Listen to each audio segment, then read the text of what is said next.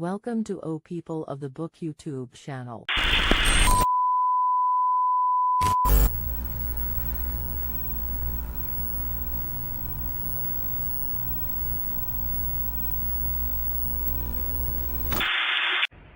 الله أكبر الله أكبر الله أكبر الله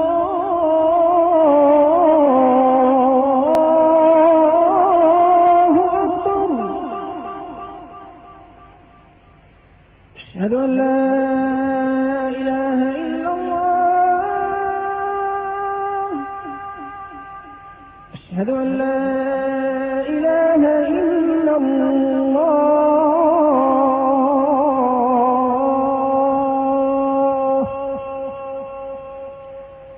أشهد أن محمدا رسول الله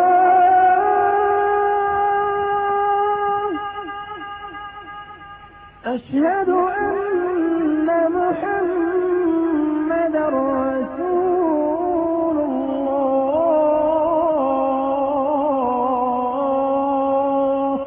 Oh, people of the Book YouTube channel.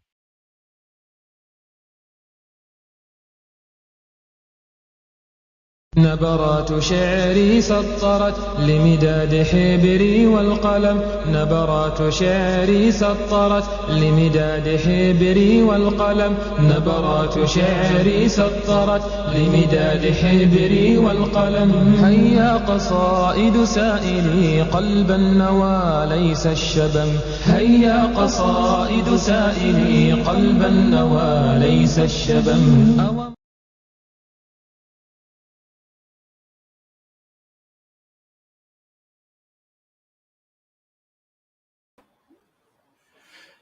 Bismillah, alhamdulillah, salatu wassalamu ala rasulullah, assalamu alaikum wa rahmatullahi wa barakatuh, and welcome to O People of the Book, the usual Saturday. For me, it's night time, but for you, I don't know what time it is during the day. And also today, we're broadcasting on our channel, O People of the Book, and we've gone back to broadcasting on Consider This TV. What happened was that all this time I wasn't online, and I wasn't sure whether, what route I was going to take, whether I was going to stay online or health-wise, I wasn't too good. Now that I see that I'm going to spend more time online, so I've paid my subscription for StreamYard. So then it makes me broadcast on several channels. So you'll find me now back on Consider This TV. So it's great to be back on there, and it's great to be with you again.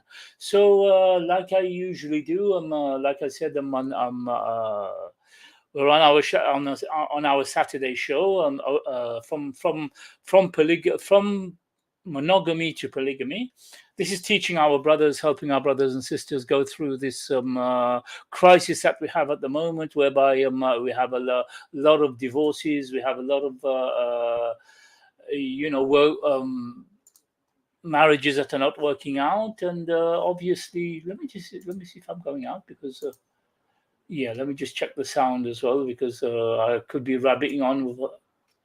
Yeah, okay, fine, yeah. So anyway, so like I said, there's a lot of divorces and a lot of, marriages not working out. And then you have a lot of our sisters that stay unmarried. What to do with them? So the solution that Allah has sent us is polygyny, although a lot of our sisters don't want to get into it. There's a lot of taboo going around the subject. So I've decided to take it on myself and share the knowledge that I have and about polygyny. Anyway, so today there's a few things that I will share with you. There's a book that two books that I want to share with you. There's one that I have on Kindle, and there's another one that I actually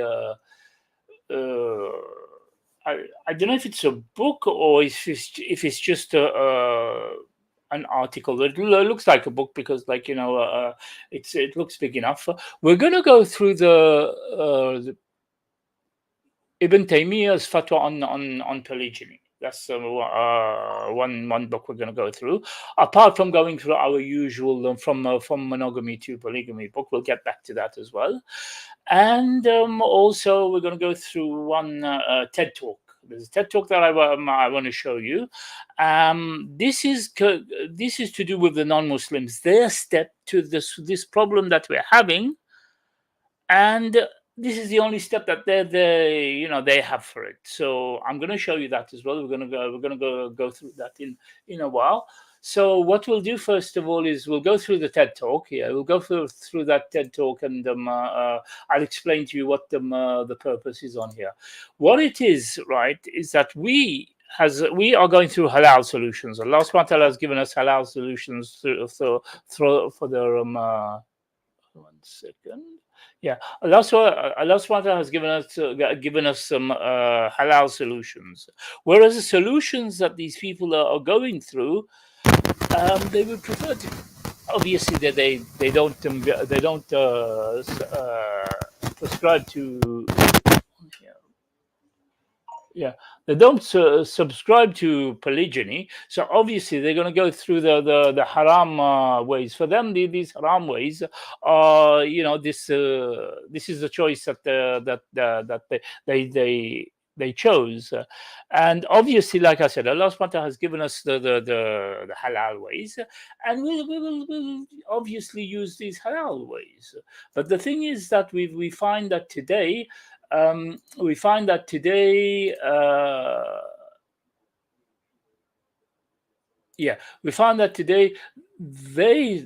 they choose to ban polygyny. They don't want to know about polygyny.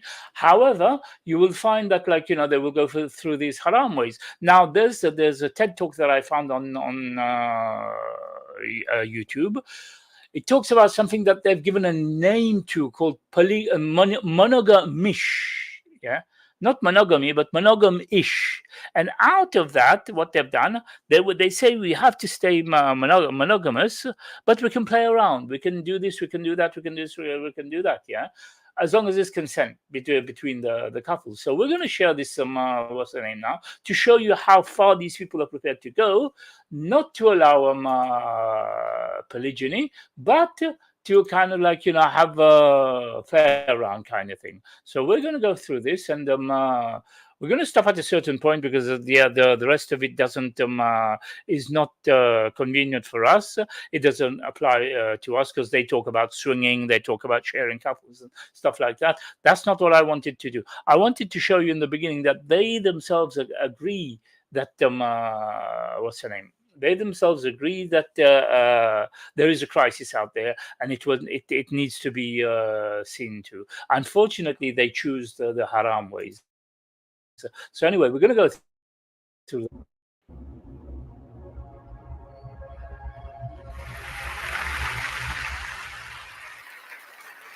Wow. Hello, everyone. I'm going to put down my phone and totally resist the urge to snap a selfie to prove that I was actually here. As Riaz said, my name is Jessica O'Reilly, and I am a sexologist.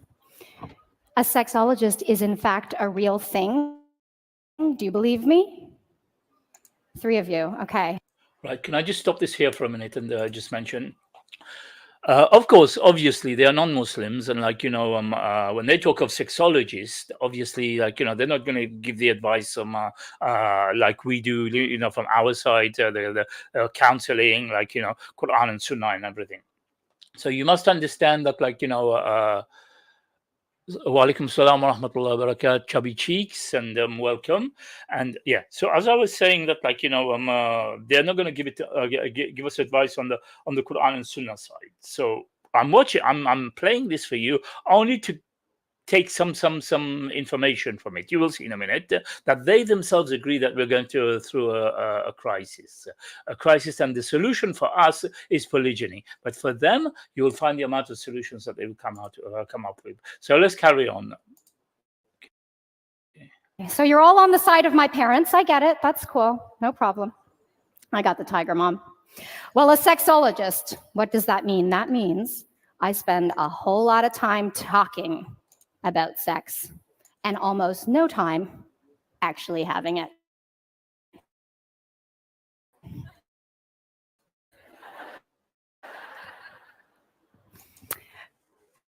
But I'm here today. We have a global epidemic on our hands, and it's airborne. It affects the young and the old and knows no geographical bounds. Now, this problem is not unlike other widespread crises, the economy, climate change, for instance. But this crisis affects more of us in a more personal and perceptible fashion. Okay, so this lady now agrees that, like, we're going through a problem, a problem, which I keep insisting every time. Yeah, we're going through a crisis, and Allah subhanahu wa ta'ala has given us the halal solution, and we have to use this halal solution. But for them, it boils down to only sex and stuff like that. So obviously that's why, like, we have a sexologist who's talking. But anyway, we can pick up some things from her. Like, for example, she mentioned, like I keep repeating every time, that we are in a crisis at the moment. We have to kind of wake up and think of that, because we have a lot of our sisters who are actually at the moment who don't have a husband. Either they're divorced, or they're single, or and don't want to get married, or have been fooled by the what do you call it, feminist movement to stay single and concentrate on their career. Or we also have widows who are actually, like, not married, and, like, they're in this situation at the moment. Yeah. So for us, we have the solution. Allah subhanahu wa ta'ala has given us the solution. But for them, you will see the solutions that they come up with. It tears families apart.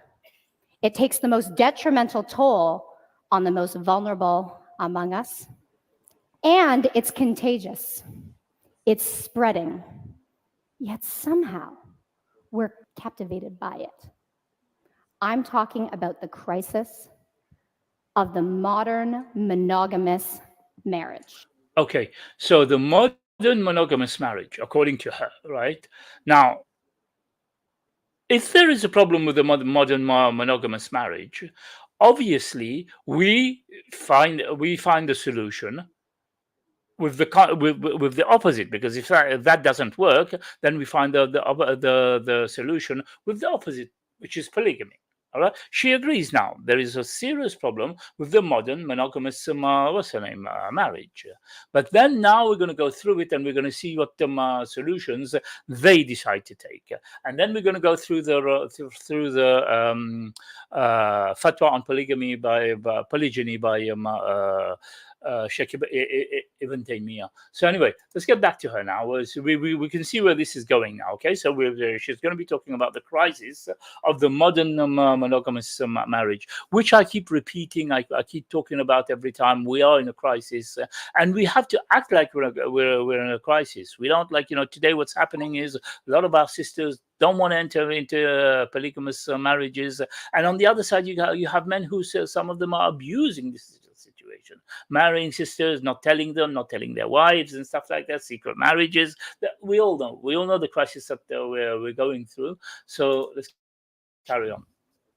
Now, if I were to make you a 50-50 offer in any realm of your life, would you take it? If I said, invest in my fund, there's a 50% chance you'll see a return. Or sign this business deal, you've got a 50% chance of failure, but hey, why not? Or hop on this flight, you've got a 50-50 shot at making it to your destination safely. Even if I offered you 2 free checked bags, you'd probably say no. But the modern monogamous marriage offers even lower statistical odds when you factor in divorce rates and the rates of infidelity. Now, in North America... Right, okay, she mentions this, divorce rates and the rates of infidelity. Now, we have this in the Muslim communities as well. We can't say we're any better, any perfect, or whatever. Like, we have this in our community as well. Divorce rates and the rate of infidelity. Yeah, there is cheating among in our communities as well, and this is catastrophic. So this is why now me personally, like, I've taken it on on me to help my brothers and sisters with the background that I have, the Islamic background background that I have, and also the training that I'm doing to become a marriage Islamic marriage counselor. Yeah, so we'll get back to her again. America, divorce rates are over 40%, higher if you count your second and third marriages. In my family, sometimes we go on even above 3, 4, 5, and 6. You already know about my husband's fights because of Riaz, so I might as well divulge some info. Right, she's talking about 3, 4 that they've been married and divorced, Yeah, she's not talking about polygamy or whatever here. She's talking about marriage and divorce. Yeah. Oh. Infidelity rates in North America are between 25 and 45%, depending on who's asking and who drank their truth serum this morning. And research suggests that satisfaction rates in marriage plummet after the honeymoon phase, never to recover. Scary. Now, many young people are actually opting not to get married. Marriage rates are on the decline. Okay, so we have this as well now. Many young people are opting not to get married. I would like to ask you to forgive me for you. Obviously, like, this is posting a woman on here. Like, for those of you, I might get a lot of backlash from this now. This is educational. This is for educational purposes. And if you don't want to listen, if you don't want to watch her, you can turn around and then just listen to what she's saying. This is for education purposes. I haven't put this one on here so everybody can admire whatever. I don't want brothers, and sisters, giving me backlash or whatever on what I'm promoting on my YouTube. I mean, you could be in a university taking a course, and you get a professor like this who's teaching you. So we have to take it as education, which is my intention here now. So I just wanted to make that clear. Now, marriage rates are on the decline. Very, very true. Marriage rates are on the decline. Even among singles, marriage rates are on the decline. Let alone for polygyny. Yeah, let alone polygyny, with the amount of brothers who are out there, who less amount of men and more women out there. So this is part of the crisis we're talking about. Maybe because they've heard that research shows that married people are in fact no happier than their single counterparts. Okay, so for these people, marriage is doesn't mean anything. So obviously, if they think that they can live together or just have boyfriend and girlfriend or whatever, this is the solution to their problems. And have you heard of mate poaching? Right, this is where it starts now. Okay, this is where their solutions to the monogamous problem, this is where it starts now. Mate poaching. Apparently 60% of men, shame, and 54% of women, we're not much better, have tried to woo someone away from their current spouse. Okay, so the issue of I mean, a lot of sisters feel Islamically, a lot of sisters feel guilty of that. Oh, I don't want to marry a married man because I'll be taking his wife. I'll be stealing his wife from him. No, that's not what you're supposed to be doing. You're supposed to be entering into a polygamous situation and be part of the family, not taking the man away from his wife. And a lot of wives as well, once their husbands decide to get married again, they decide to leave and break up the family and go away. So they call that what was the word she used there? I forgot anyway. Yeah. So we'll go back again. Okay. What is going on? So when we combine these statistics, we look at the numbers, we see that in marriage, 50-50 is in fact a best case scenario. Marriage is in a time of crisis. I agree. Marriage is in a time of crisis. We have the new generation who are having a lot of problems with marriage, and they're having a lot of problems in staying in marriages as well. And you have a lot of marriages breaking up and everything. And I mean, in my days, where marriages were lasting, I mean, we didn't. whatever. I'm not saying that there were no divorces in that time. My parents have been divorced several times or whatever, like, so I wouldn't say that there were no divorces, but people hadn't had people cherished their marriages much more than this generation. Now, I'm not suggesting that we do away with marriage. I'm a fan of marriage. I even picked one up for myself. I've been happily married to my husband for 8 years, living with him for 13. What I am saying is that marriage is a failure in human design. It doesn't matter that research says that marriage is good for my health and even better for men's health somehow. They always win.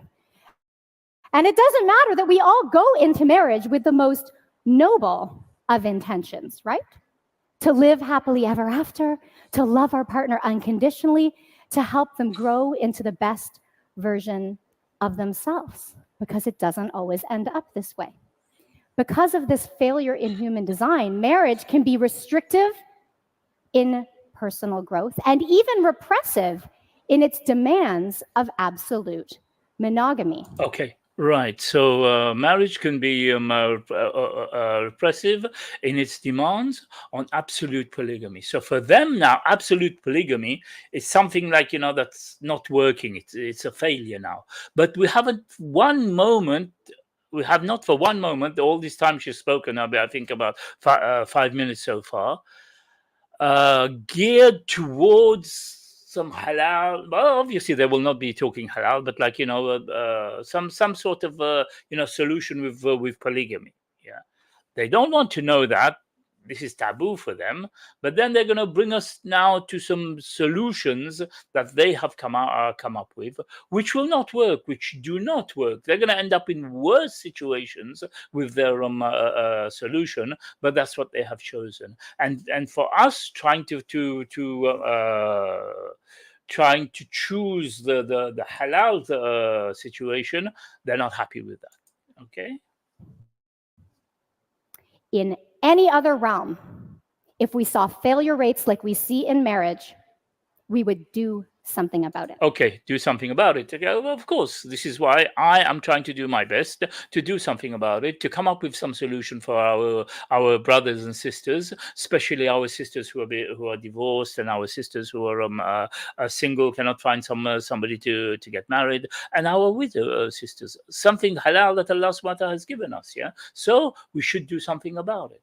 Yeah, they're doing something about it. They're doing something about it in the haram way. Yeah, but we have our brothers, we have specifically our sisters who are turning around and making polygyny taboo, basically. Yeah, so when the markets tumble, we do something about it. We adjust interest rates. We enact austerity measures. We develop stimulus packages. Okay, so now she's going to come up with stimulus packages for her version of stimulus package, not just her, but the whole Western world or whatever, to the solution to the problem that they have, the crisis of monogamy. Right.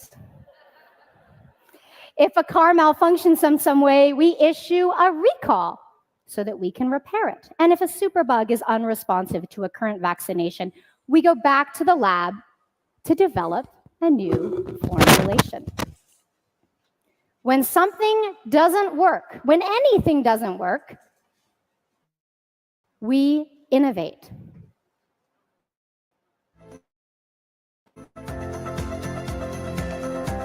Sorry about that. That's right. So why do we accept the monogamous marriage in its current form despite its design flaws? Could our relationships not benefit from a stimulus package? Okay, stimulus package, yeah. So she's talking of a stimulus package now. Consensual sex outside the marriage, some booster, like she wants. She's talking about some booster for the wedding, but not polygamy though, not polygyny. This for them is haram. No matter what solutions they will come up with, they will not come up with them. They will not accept polygyny. Yeah, I'm trying to kind of show you the difference of mindsets, yeah, to a problem that we're all going through. We're all going through the same problem. Muslims are going through this problem, and so are the non-Muslims as well. Yet their solutions are different, and we've been given a different solution as well. So anyway, let's continue. A temporary recall. Just overnight.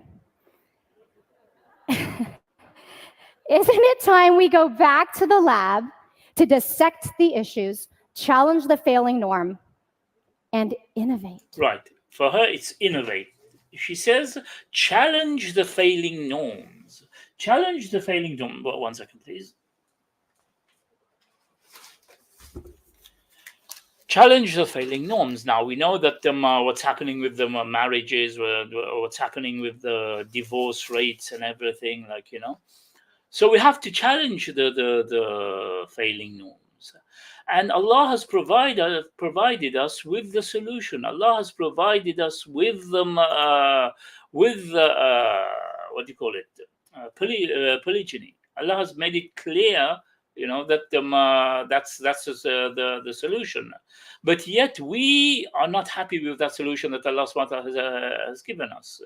Yeah, if you go into polygyny rooms and everything, or websites or whatever, you'll find there's so many sisters out there who don't want to know, and so many weeks I've been going through. I've been going through the ulama, what they say about the hatred of polygyny. Okay, you might not like it, but like, you know, jealousy is normal or whatever. But to kind of like, you know, hate the words of Allah.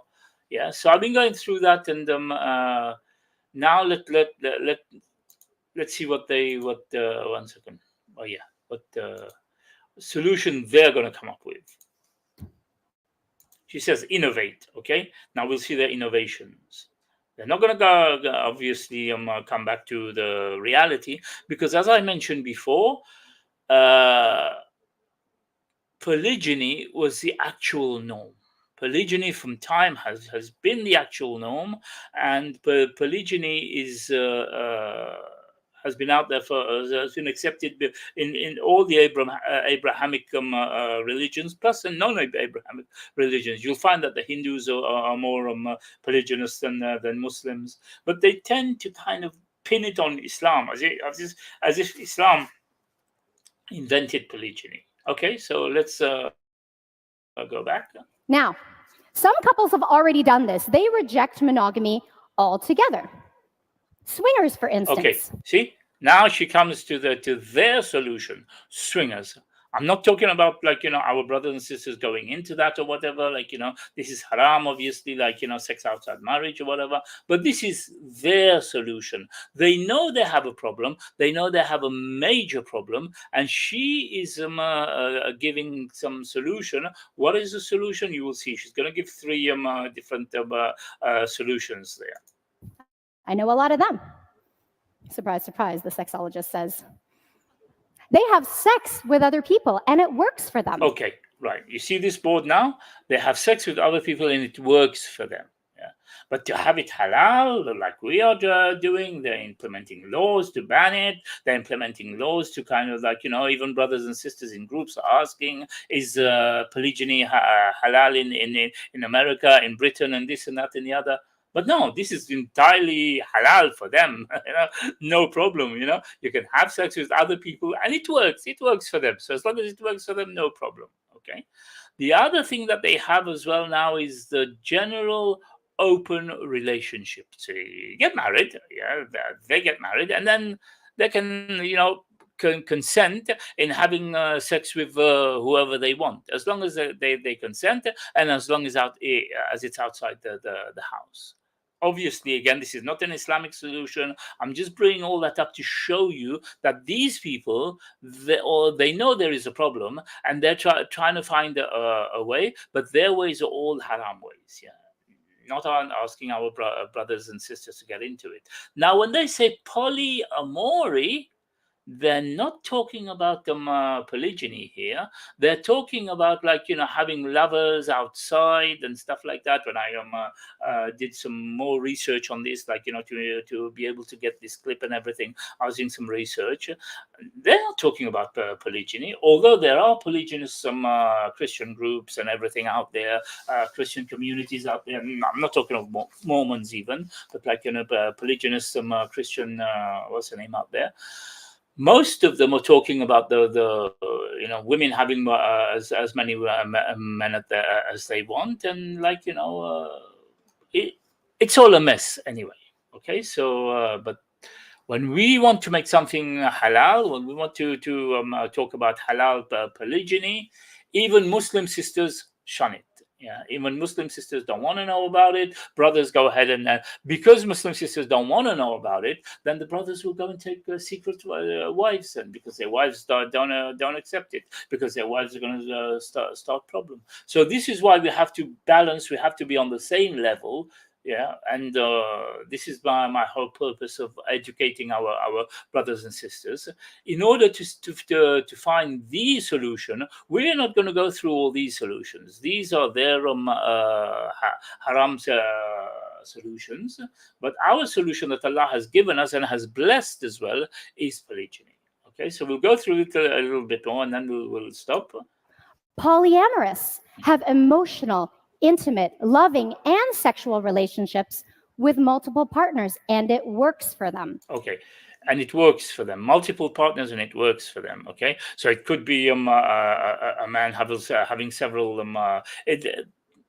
They didn't even mention the responsibility of marriage or whatever, like it is in Islam. It's just polyamorous. So you have you've got your monogamous what's the name marriage, and you've got plenty of girlfriends outside, or plenty of boyfriends outside, like they usually do. It's not like polygynous situation there with marriage, with contract, with all that. No, that's not what they want to know. But it works for them. Yeah, so they're happy with that. Okay. Yet polygyny works for us, and even our own sisters, and making it taboo, and our own brothers are abusing it. So we need to go back to the Quran and Sunnah and follow the way. And open relationships come in a huge range of forms that are custom designed by every couple, or threesome, or foursome, or moresome. Exactly. You see, so I don't want to go too deep into that, because obviously I'm sure you lot know what she's talking about, and things that are haram for us. So I don't think I'll go much further. Let me However it comes. Now, I know many couples for whom open relationships have worked. Rosa and Dan, for instance, after 22 years of marriage, they said, something's got to give. Their words, not mine. So they decided to open their relationship up, and now they have lovers across North America, and they couldn't be happier. Okay, right. Yeah, they have lovers across North America, but they couldn't be happier. But yet, when you talk of polygyny and everything, it becomes taboo. And I hope you understand what I'm trying to say here. Yeah, I hope you understand where I'm getting at. Yeah, pushing polygyny. I'm not trying to push it down your throat or whatever if you don't like it, but I'm trying to make you understand that we cannot dislike something that Allah subhanahu wa ta'ala has approved and made halal for us, when these, the non-Muslims, they're trying to find solutions. They're accepting things that are totally, their solutions then are not actually oppressive to women, but they will claim that that polygyny is oppressive to women. You get my point, yeah? So for polygyny, which is halal, it's oppressive to women, but for things that the solutions that she's come up with is not oppressive to women, yeah? So I hope you get where I'm going from with this. Right. So a woman can be used, can be, go into open relationships, can go into polyamory, can go into, what was the other one? I forgot the other one anyway. So, yeah, but for them, that's not a problem. Yeah, it's not oppressing the women. The woman, she's at the end of the day, she's not even getting a status out of it. Like, when they finish, they're not getting any benefit out of it. Yet to take a woman, to give her her dignity, to put a roof over her head, to give her responsibilities, to look after her children and everything, nope, that is haram. Yeah, that is illegal. So I hope you get my point. Okay, we're gonna go with this for a little more, and then like monogamy. Open relationships only work for a very small number of people, an estimated 4 to 5, not 45, 4 to 5% have tried it with a good degree of success. The problem with open relationships is that most of us just don't want one. We're okay with other people being open, but we don't want to share our partners. Okay, we don't want to share our partners. You don't want to share your partners, right? But you're ready to go into all these innovations and everything. So we'll cut this here. I don't want to go much more into it, and I just wanted to show you, at what rate these people are willing to innovate, but still not accept polygyny as a solution. Yeah, for them, it's not a solution. They prefer other solutions. Bird's Nest, Rat Fest, Salaam alaikum wa rahmatullahi wa barakatuh, and content delivery. Jazakallah khair. Anyway, now let's move to to Ibn Taymiyyah's fatwa on polygyny. So we move back to the Islamic solutions now that Allah has given us. We move to the fatwa, and it is translated by somebody called Muhammad Abu Nasr. State Institute for Islamic Studies in Indonesia. Yeah. Ibn Taymiyyah's fatwa on polygamy in medieval Islam. We're going to go, what's the name, to the introduction first, and then we'll see how far we can go with it. Okay, Bismillah.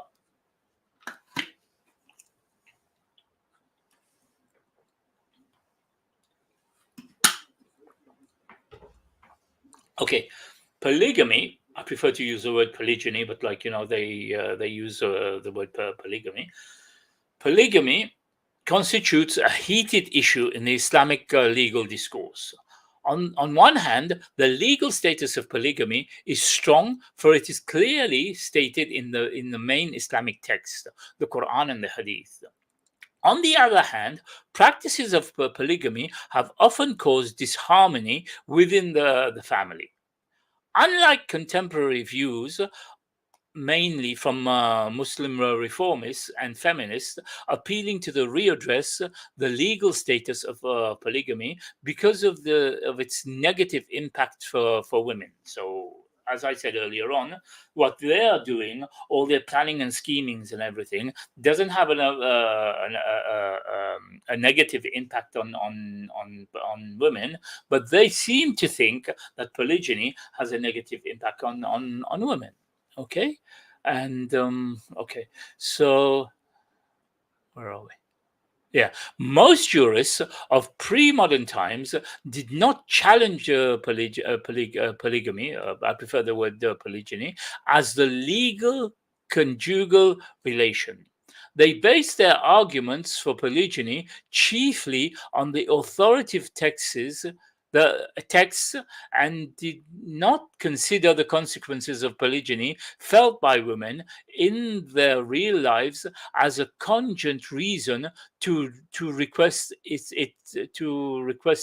validity. Nevertheless, practices of polygamy in medieval Islam and jurists' responses to them have been rarely explored, so that this remains a vast, untouched scholarly research area. In addition to the traveller's notes, chronicles, and biological accounts, scholars and historians occasionally consult to the work of consultants, muftis, that relate to the issue of the Islamic family law in order to construct the history of the Muslim societies. Fatwas, plural of fatawa,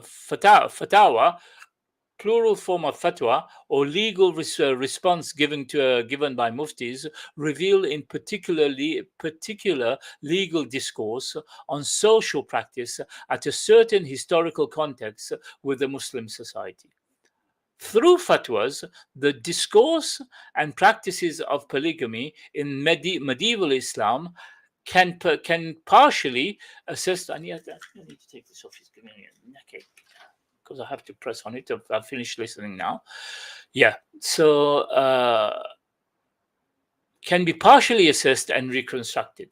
This paper will focus on the fatwas concerning polygamy compiled in the book of Majmu'a al-Fatawa by Sheikh Ibn Taymiyyah, one of the most influential jurist consultants at the end of the 13th and the beginning of the 14th century. Okay, now it explains about Sheikh Ibn Taymiyyah. I think I'm not going to go through all that because it's going to take his introduction and everything will take a bit of time. We move on to some of the what's the name? Unlike the topics regarding marriage, khul, such as mahar, sadaq, dowry, talaq, divorce, and khul, consequential divorce initiated by the wife, to which are devoted for a long and heated discussion in his fatwas. Polygamy is discussed in a relatively separate short passage. This does not automatically mean that polygamy was scarcely practiced among the Muslims in this period. However, it needs further exploration. The truth is that Ibn Taymiyyah, as a great jurist consultant, like other jurists, only received a few questions concerning polygamy. This fact provokes curiosity to search into the practice of polygamy and jurists' views about it. It is to know whether polygamy was a rare phenomenon at the time or it was prevalent. But the disputes over it were hardly brought to muftis. Okay? Or there might be any other possibilities.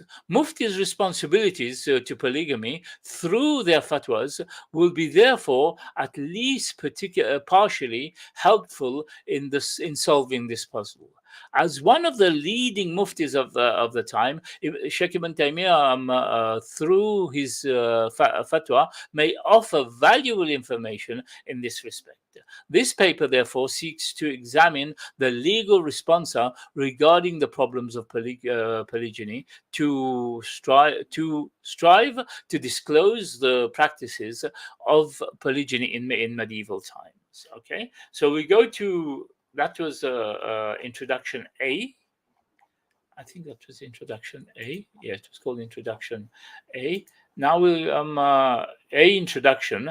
Okay, so now we move to the actual fatwa. We move to the fatwa, which is B, the fatwa of Sheikh Ibn Taymiyyah.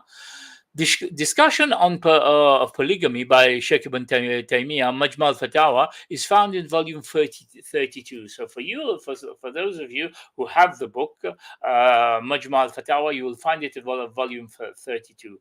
Despite being discussed separately under different chapters, this topic is systematically subsigned under the chapter of marriage, Kitab al-Nikah. So you will find it under Kitab al-Nikah in his book.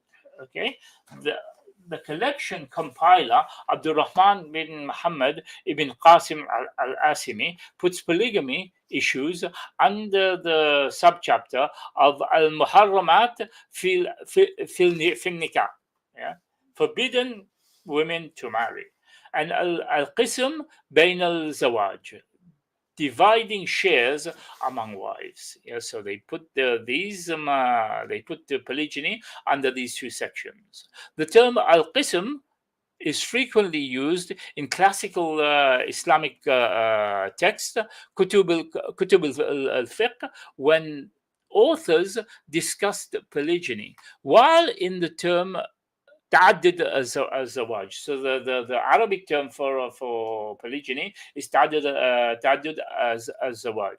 Literally means being multiple wives. Okay, is commonly used in the contemporary books of fiqh. In the chapter of Muharramat, through a question answer model of explanation, the fatwas elaborate in great detail about the legal boundary that totally restricts people to marry, namely biological genealogical nasab and suckling, rada ties. Okay, in spite of a huge number of questions in this section, only 2 of them deal indirectly with polygyny.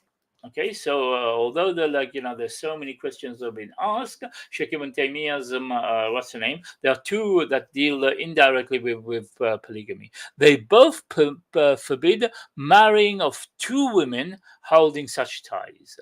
Meanwhile, in the chapter Al-Qism, only 2 out of 8 questions are really concerned directly with polygamy.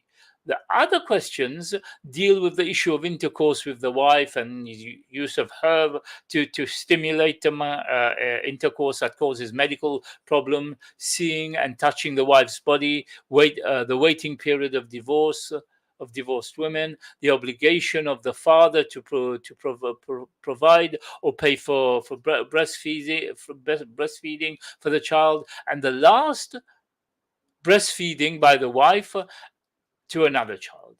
This misplacement of the inclusion of the other topics, which seem to be unrelated to polygamy, is strange. The fatwa compiler is usually subsumes question under closely related themes. Okay, so we've reached the 47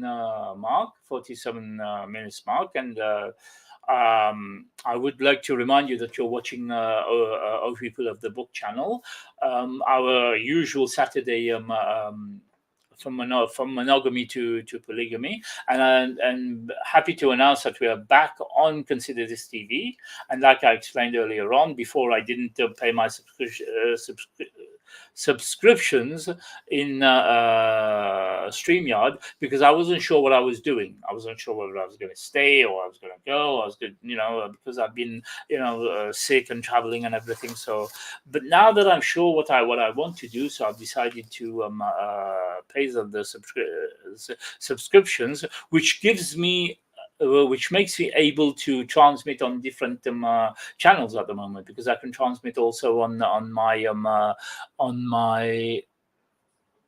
what do you call it? My Twitter account as well. Yeah. So X. Yeah. So there you go. Anyway, so regarding the issues of al-muharramat, the fatwas prohibit combining al-jam, 2 women who are forbidden to be married to the same husband. Okay, the restriction is caused by either genealogical tie or suckling relations. Conversely, if the women have no such relation, the prohibition is repealed.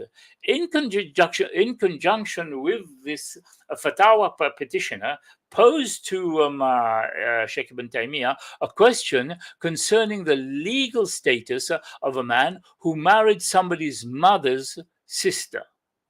Okay, let's get that clear now. The question has been asked to Sheikh Ibn Taymiyyah about a man who married somebody's mother's sister and his daughter. Okay, so the man's daughter and the man's mother's sister. So the man's maternal aunt, Khalat Insan, okay, and his daughter, Ibtina. Okay. So this is the question that was asked. It means that a man married the aunt and the niece together. Okay. The other question, validity of marital status of a man who had combined his marriage someone's mother's sister, maternal aunt, and the daughter of his brother. Okay. In this case, in the second case, the man married a woman and the maternal aunt of her father. Okay. Her grand aunt, paternal grandmother's sister. Okay. Responding to these questions, Sheikh Ibn Taymiyyah argues that both marriages are unlawful, invalid, because the man had combined two forbidden women in his marriage together. In support of this argument, Sheikh Ibn Taymiyyah refers them to one report of a hadith and takes recourse to methods of consensus, ijma, and analogy, qiyas, in deducting a legal decision, especially when answering the second question. He quotes a hadith that prohibits someone from marrying women together with their aunt from both the fathers. From both the fathers and the mother's side. So here, see, we use the Quran and Sunnah to tackle these issues. Okay, Sheikh Ibn Taymiyyah had a question posed to him, and he refers it back now to the hadith that prohibits marrying a woman and her aunt together. Okay, he maintains that all founders of the legal schools agree upon this view. So we've got the four schools of four main schools of thought, and they all agree on this. Meanwhile, in responding to the second question, he doesn't mention any authoritative text, and consequently resort to consensus and an analogy. Although in other places he's critical of the ijma consensus. In this fatwa, he does not deny applying it because it is supported by a hadith. Okay? The consensus of all schools against marrying paternal and maternal aunt is based on this hadith.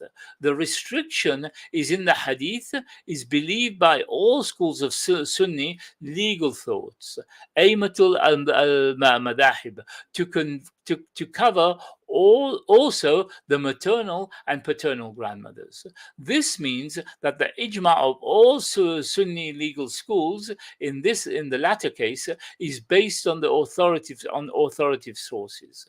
In addition, he draws an analogy between the position of the grandmother and the aunt from the mother's side, as happened in both marriages, declaring that they hold exactly the same status as muharramat, meaning that marrying them together with nieces or grandnieces is totally forbidden.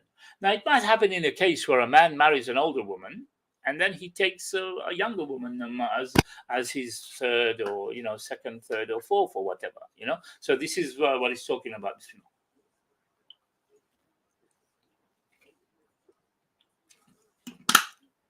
We're going into the fiqh of polygyny now. There's another book I'd like to mention. I forgot to mention that. I'll recommend that to you. It's a new book that has come out, and it's called The Cherished Queens of Polygamy.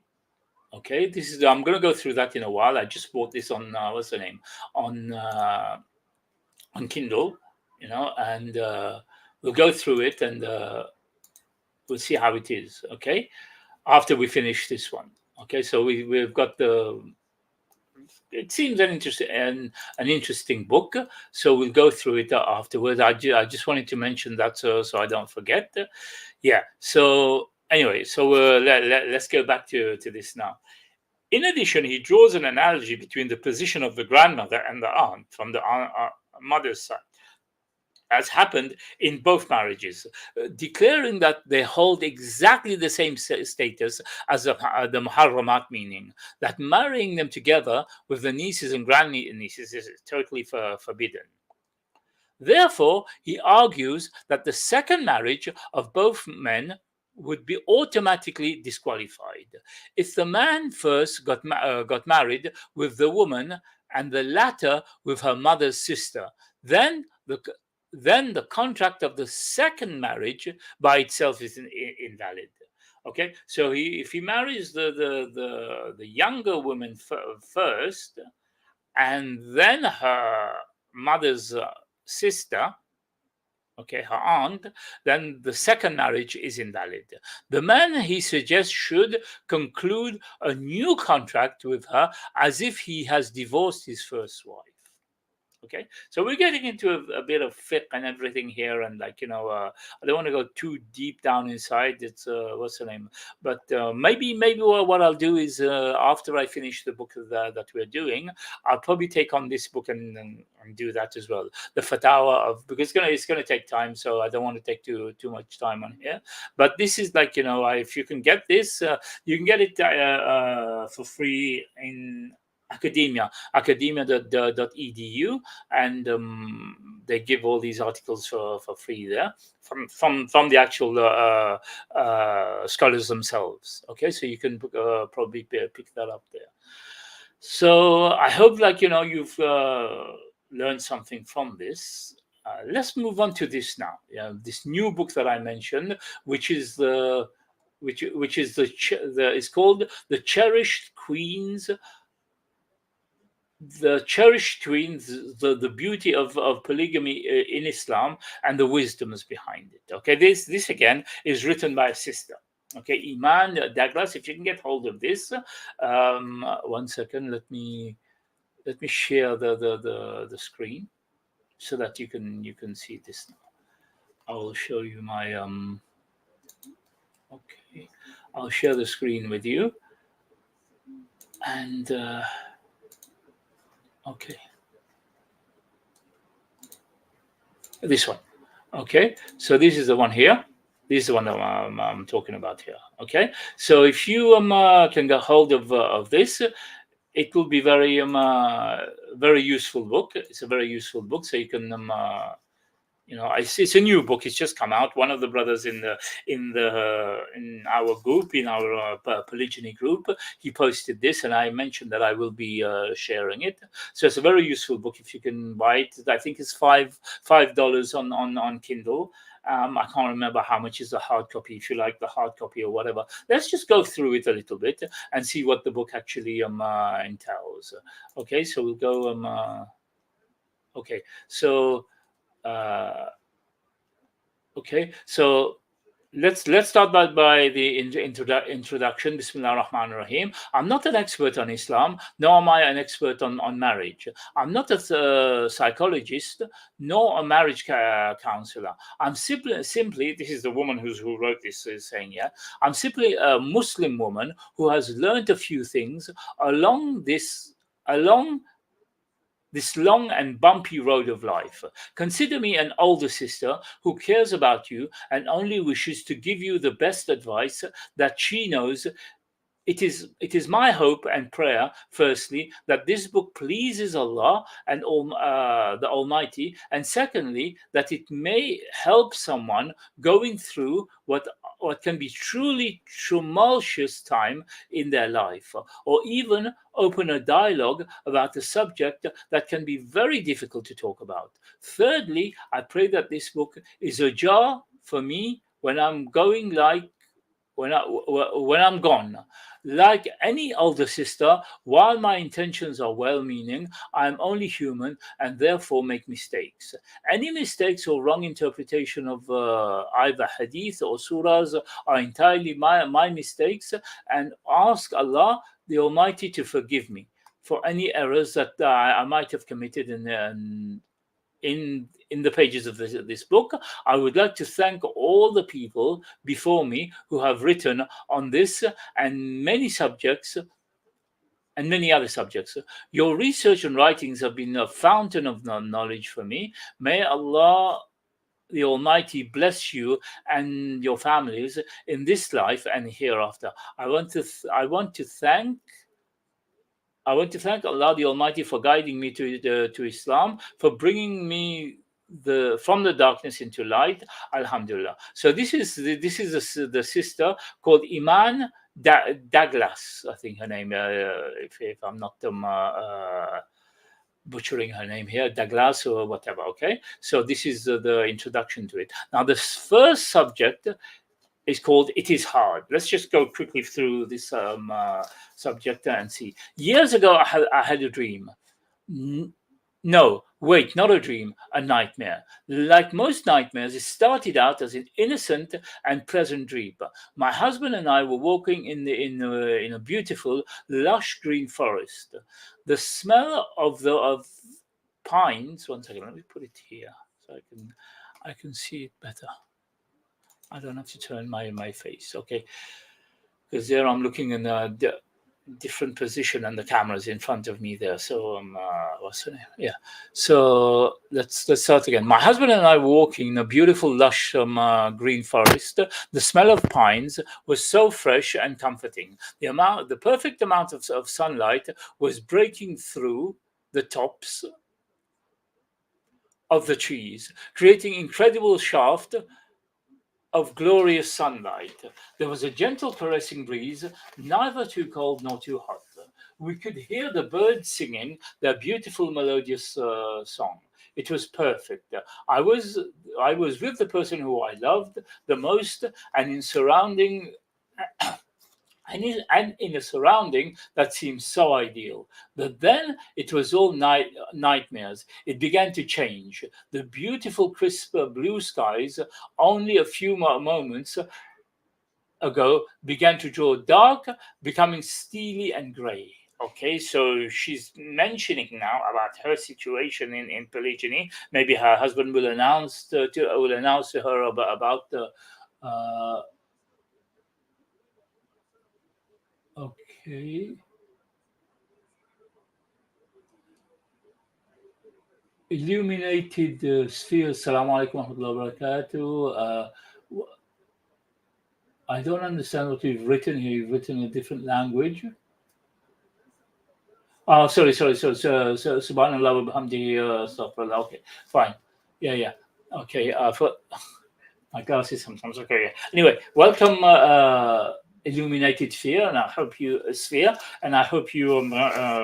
benefit from the program. We're talking about a new book that just came out that I got on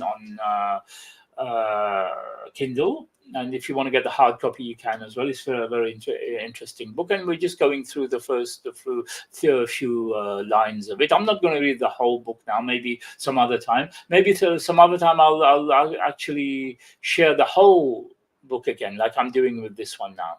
Okay, so it starts with hard times, then jealousy, then doubt, then fairness, then society, increase of crime, welfare, abstract, the family, and close to Allah. So I think it covers some of the stuff that we actually covered in the book that I'm doing, which what's the name? Which is from monogamy to polygamy, where we actually went into the psyche of the woman, and then the psyche of a man. Let's get back to it now. Let's get back to monogamy, from monogamy to polygamy, and we were on the subject of the male psyche. Why would a man want to take another wife? Okay, we left last time on page 96. Okay, for those of you who've got the book, page 96, from monogamy to polygyny, a way through. As understanding the female nature aids in comprehending women's reactions to polygyny, understanding the male nature aids in comprehending why they desire to practice polygyny.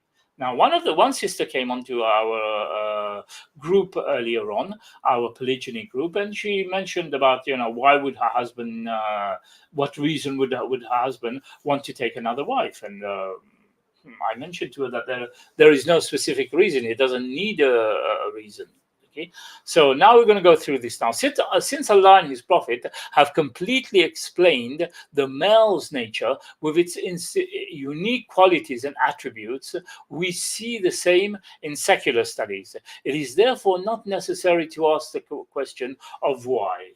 It is a common question that sisters ask: why do you want to get another wife and stuff like that? And I always tell sisters, what's the point of asking this question when we are different? Allah has created us different. He's created the man's psyche different, and also, like, the man has different reasons for getting another wife, as to the reasons what his wife would think, okay, or woman would think. Directly to the man. This is because they are only able to answer for themselves, and their individual answers do not represent all men.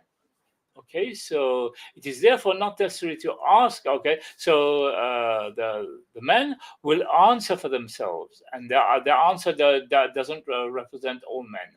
Now that it has been made clear that desiring more than one woman is part of is part of the very creation of man, we would like to address a concern of many Muslim women. One of the most frequently asked questions is there something wrong with me? A lot of sisters ask this question. We've had a lot of them on the group who've come in and asked, is there something wrong with me? Why does my husband want to get another wife? So the wife emotionally thinks it's something to do with her. Okay, we've gone past the 1 hour mark, and we'll go for another 20 minutes maybe. I don't like holding it too long, but like I said, education wise, this is not like shorts or whatever where I can put everything in 10 minutes and give it to you. No, we have to go through it and break it down. And this is like a class that I'm doing, so obviously you're sitting in a class for 1 hour or 1 hour and something or whatever. Yeah, okay, so this point that needs to be made very clear is that there is nothing wrong with a wife whose husband chooses to marry again. If we look at the Sahaba, there was nothing wrong with their wives. They took other wives not because there was something wrong with them with their wives. They took other wives for different reasons. Okay, so the wife puts it in her mind that there is something wrong with her. This is the reason why her husband wants to marry again. Polygyny is not something which women bring on themselves, believing this is what leads women to blame themselves, feeling if they had done something wrong, that they somehow weren't good enough as wives, and thus push their husbands in polygyny. Now, it does happen in certain cases. I can tell you there's a lot of cases where the women don't desire. There's a difference between love and desire. Okay, to love somebody and to desire somebody is something totally different. You might love somebody, but you don't desire them. And there's a lot of times that the man wants intimacy, but his wife doesn't desire him. For some reason or another. Yeah, so he's not desired by his wife, but she still loves him though. Yeah, but she doesn't desire him. So there are cases where yes, the wife pushes the husband into taking other wives because she doesn't desire him, either from his own fault. He's not looking after himself. Maybe he's not looking after himself, getting fat, and he cannot last long. Pleasuring her, and she doesn't get pleasure from her husband. It could be different things, or she can end up being in the kitchen all day, cooking and cleaning, and doesn't have enough time to dedicate to her husband. Things like that happen as well.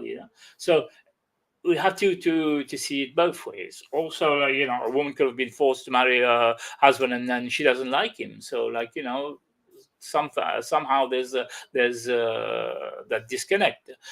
This is often the only way for women to comprehend the reason why. With this comprehension, a woman's self-confidence takes it to a tremendous beating. Even for the women who are very self-confident to begin with, without the correct understanding, polygyny takes its toll. Okay, now this part that I was reading, the above part, the issue of the nature of the men and everything, but that was from a non-Muslim writer called Kirsten Lawrence. Love without fear, a path through pain to peace. Maybe if you want to get hold of that book, or if you can, read it or whatever, it might be helpful. This is one of the references from this book. A woman begins to find fault within herself in an attempt to justify and explain her husband's practice of polygyny. Like I mentioned earlier on, it could come from both sides. It could be that the woman doesn't satisfy her husband anymore. She doesn't please him anymore. She's not taking care of herself even. She's just become fat and not desirable anymore. I'm not saying that I'm not blaming our sisters for that, but we have to look after ourselves on both sides. If you want if you want to be pleasant to your husband, then obviously yes, you have to look after yourself, sister. Yeah, and the man as well has to look after himself. He obviously go to the gym, or if you can't go to the gym, get a routine exercise at home, and eat well, and be healthy, and then you'll be able to satisfy your wife, kind of thing. Okay. She questioned her ability as a wife, doubting her sex appeal and ability to sexually fulfill her husband, doubting her ability to cook well, imagining that her husband is no longer attracted to her, believing that she does not keep the house clean enough and organized enough. I'm talking of a case which is totally opposite, where women actually attach themselves too much to the kitchen and don't get the time to devote to the husband. Yeah, something very, very important among the sisters. I've always said that a lot of sisters, when they get married to the kitchen or to the house. Yeah, and they spend a lot of time with the house, and then they're questioning themselves now. Is he not happy with me? Is he not happy with the way I look? Is he not happy with the way I cook or whatever? So there has to be communication as well. There has to be communication, and this is very important. Okay, and many other self-doubts. But as we clearly see revealed by Allah, the man is a creature that covets women.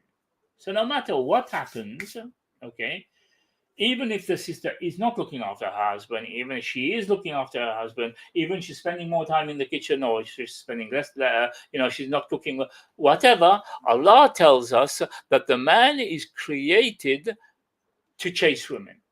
The man is created to want other women. Yeah, it's not something that new or whatever, that the woman has to break her head why is it me or whatever. No, not just one woman, but women. So men like women, and I'm sorry, the sisters, but you have to face it. Rather than asking this question, is it my fault? What have I done, or whatever? Just bear in mind that men love women, not just one, but women. So in response, the question is there something wrong with me? The answer is no. Okay, nothing wrong with you. Although you can improve yourself, of course. Yeah, you can improve yourself. You can improve what the duties that you're fulfilling to your husband. Maybe that will attract him more to you. Yeah, but that would not stop him from looking elsewhere as well. So you make your efforts. If you want to improve on some cooking, if you want to improve on your Quran, if you want to improve on your Salah, if you want to improve on the way you look, this is all for yourself. And at the same time, it reflects the way your husband would look at you. But the question is there something wrong with me? The answer is no. We can also look at the wives of the Prophet sallallahu alaihi wasallam to answer that question. Aisha radiallahu anha was the Prophet's second wife in polygyny. After her, the Prophet sallallahu alaihi wasallam married 10 other wives, 10 other women. Should we thus ask the question, what was wrong with Aisha radiallahu anha? Very good point there. Yeah, if the Prophet sallallahu alaihi wasallam had a wife, a beautiful wife that he loved,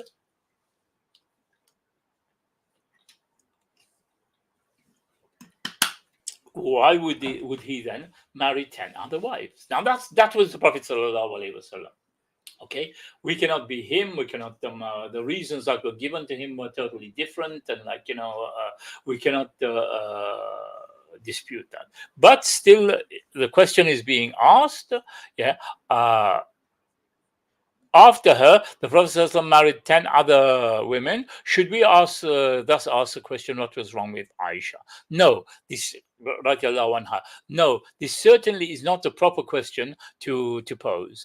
Aisha radiallahu anha was one of the mothers of the believers, an honorary title given to her and her co-wives by Allah. She was one of the greatest scholars of this nation, and as a matter of fact, Aisha radiallahu anha was known to be the Prophet's most beloved wife. And yet he remarried while married to her. And all the other wives, for that matter, were best women of this nation.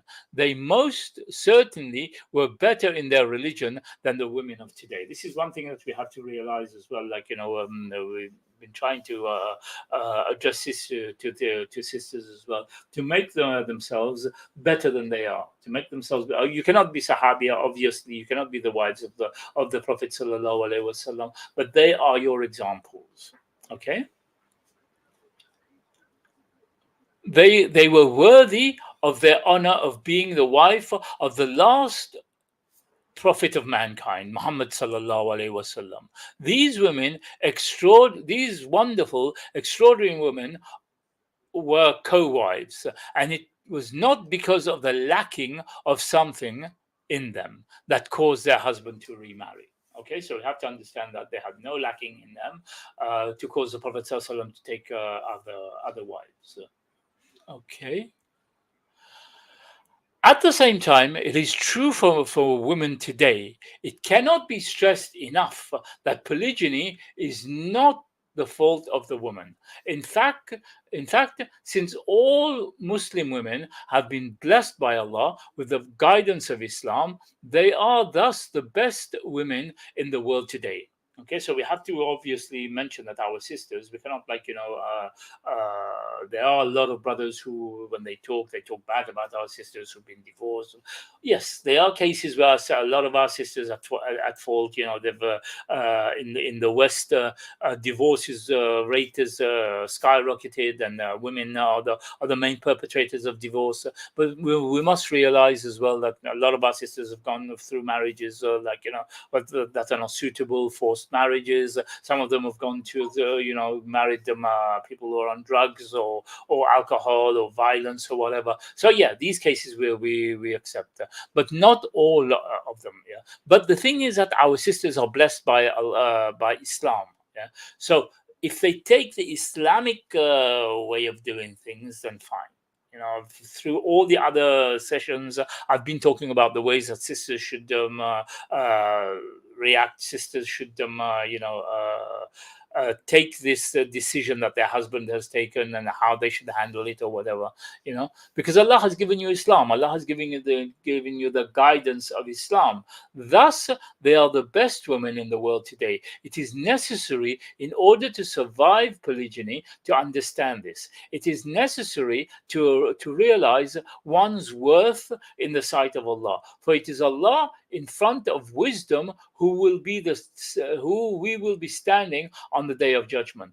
It is Allah whose love is the most important love to be the recipient of, and it is from Allah that we have true value and importance. So we have to remember that we are of a Muslim nation, and as long as we act as Muslims, and we have the blessing of Allah on them, and our sisters, we need to have utmost respect for them, and we need to kind of like I keep saying, a lot of men don't like to marry our divorced sisters or our what do you call it, widows.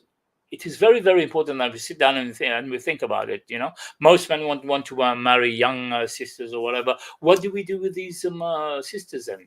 The West treats them as secondary, as second-hand women. In China, they have a name for them, shengnu or something. They call them second-hand women, women who've gone past a certain age and have not married, or women who have come out of marriages and have not married again or whatever. What do we do with them? Allah has blessed these sisters. So if the choices come to you, then of course consider our sisters who are there. But also at the same time, sisters have to lower their standards, lower the mahar, make the marriage easy. Otherwise, men are going to fall into zina. Men and women are going to fall into zina. If marriage has become so difficult, then obviously, what's the next step? Zina. The nearest step is zina. Like I was showing you, the non-Muslim alternatives, what they are giving, in marriages and everything, they're taking the zina alternatives.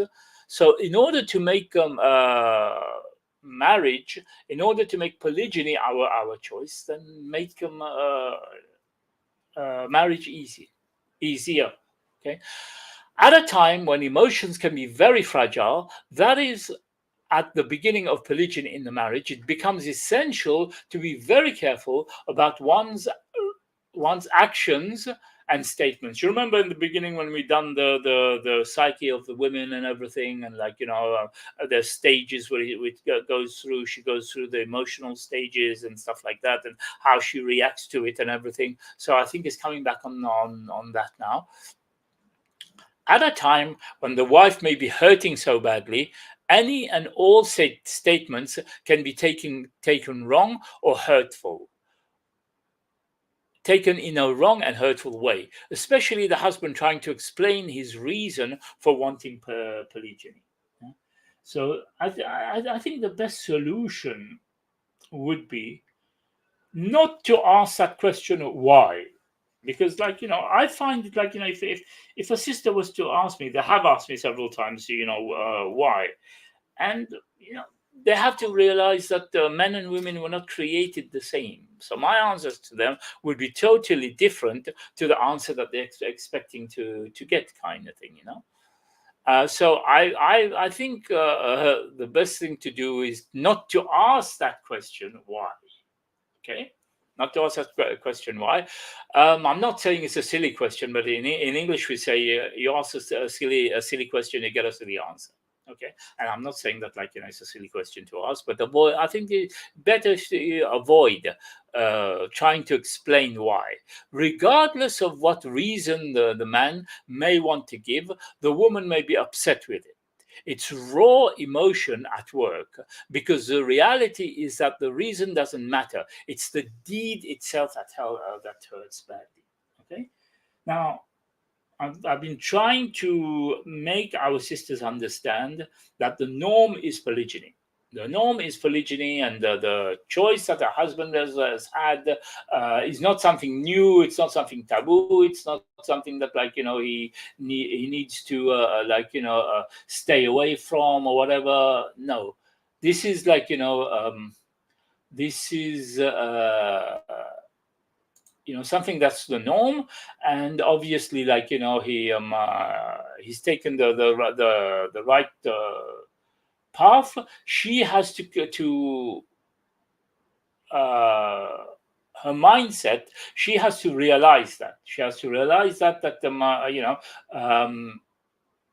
That the decision that the husband has taken, it's not anything haram. It's not anything. I know it hurts. Yeah, we've spoken about that several times in several of the chapters that we've gone through. We've spoken about the pain and everything and how it hurts.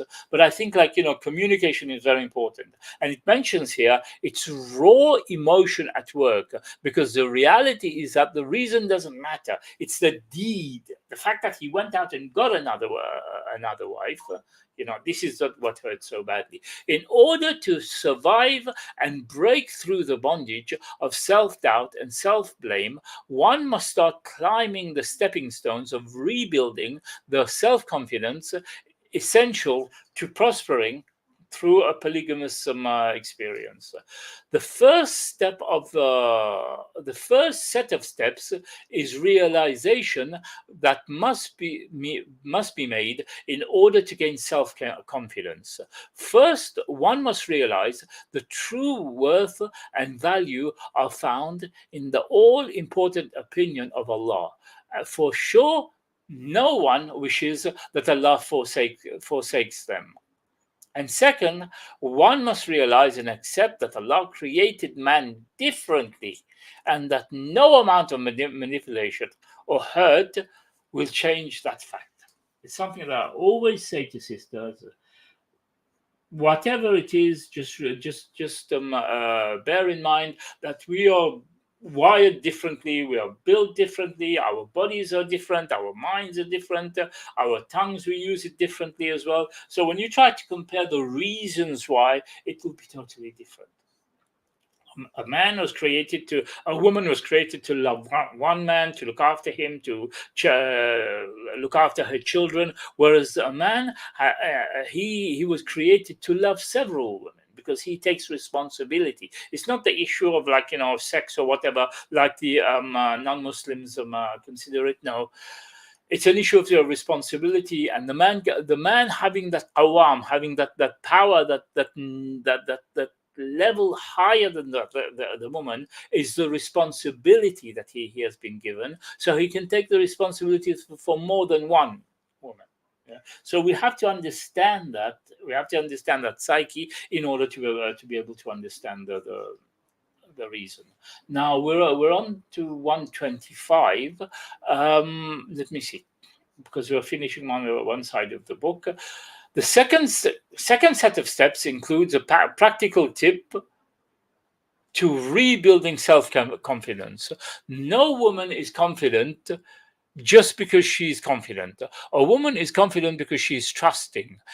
She trusts what is clearly obvious, and does not let shaitan or anybody else, including herself, make her doubt. Being confident is more than just saying I am confident, and attaining confidence is more than just saying I should be confident. Okay, so because it's 126 now, I don't want to take you for too long, because obviously I know the span of concentration of attention nowadays is very, very little. And not a lot of people can sit down and listen to a lecture for so long. What I usually do is, when I go to the gym, I'll put my headphones on, and if there's a lecture, I'll listen to that lecture for the 1 hour, 1 hour and a half that I'm in the gym, and then it's worthwhile. Then if my span of concentration is low, now I'm in the gym, I'm working out, so I can listen to it. So maybe you can do that as well. Yeah, I think we'll stop here. We'll stop here on the first paragraph of page 99, and we'll come back to that next week. Next week we'll start with the reality is that if it weren't for polygyny, many women would not be questioning their abilities. I think that's a good thing as well. You're questioning your abilities there. I think I'll enjoy going into that, because it's going to reveal some of the things that women didn't know about themselves. Okay, they didn't know about themselves, about trust issues, about emotions, about how they can handle things and everything. Maybe when they go through a polygynous marriage, then they can actually show these capabilities. They can show these capabilities much more. I hope you've benefited from there. I don't know if you have any questions. If you do have any questions, if you can, I'll just give a few minutes. If you have anything you want to ask me. And I'm not a scholar. Obviously I'm a student of knowledge. So if there is anything that I can answer for you, then fine. Otherwise, we'll leave it at this and come back next week to it. Let me just give you a little, minute or so, and see if anybody's if anybody is interested. I will put the link if anybody wants to come on. Any brother or sister who wants to come in and ask a question. You can post it in the link, or you can post it in the comments, or you can, yeah. Okay. Right. So let's just see, if there's anybody out there who would like to come in and ask them any questions or whatever. Maybe somebody from Consider This TV that I haven't been on for a while, but now I'm back on. And I think what I will do is next week I will probably just go through. I won't have any videos or whatever, because I need to get through this book much faster. But I want to share different opinions and different realities with you as well. So so that we can know what is going on out there, because obviously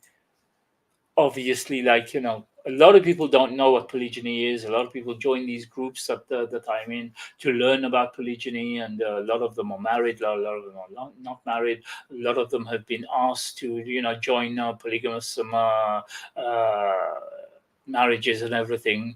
So this is why. So if you do have any questions, please either post them in the comments, or if you want to come up and give salam and if we haven't met for a while or whatever, and and you have something to ask, something to say, then you're more than welcome. Yeah. Otherwise, I'll finish it here.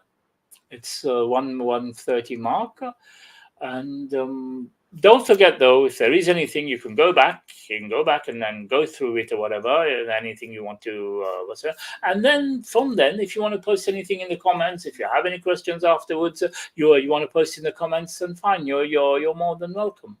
But I think in the meantime, now we'll leave it at this, because you don't seem to have any questions. So we'll finish it at this.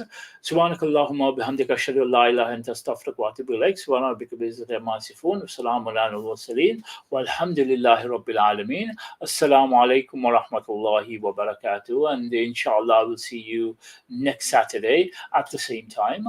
And like I said, now I'm going to be on all these channels now, my X and my Twitter X, on Consider This TV, and on my channel as well. Okay, so I'll see you then, inshallah. Jazakallah khair. Assalamu alaikum wa rahmatullahi wa barakatuh.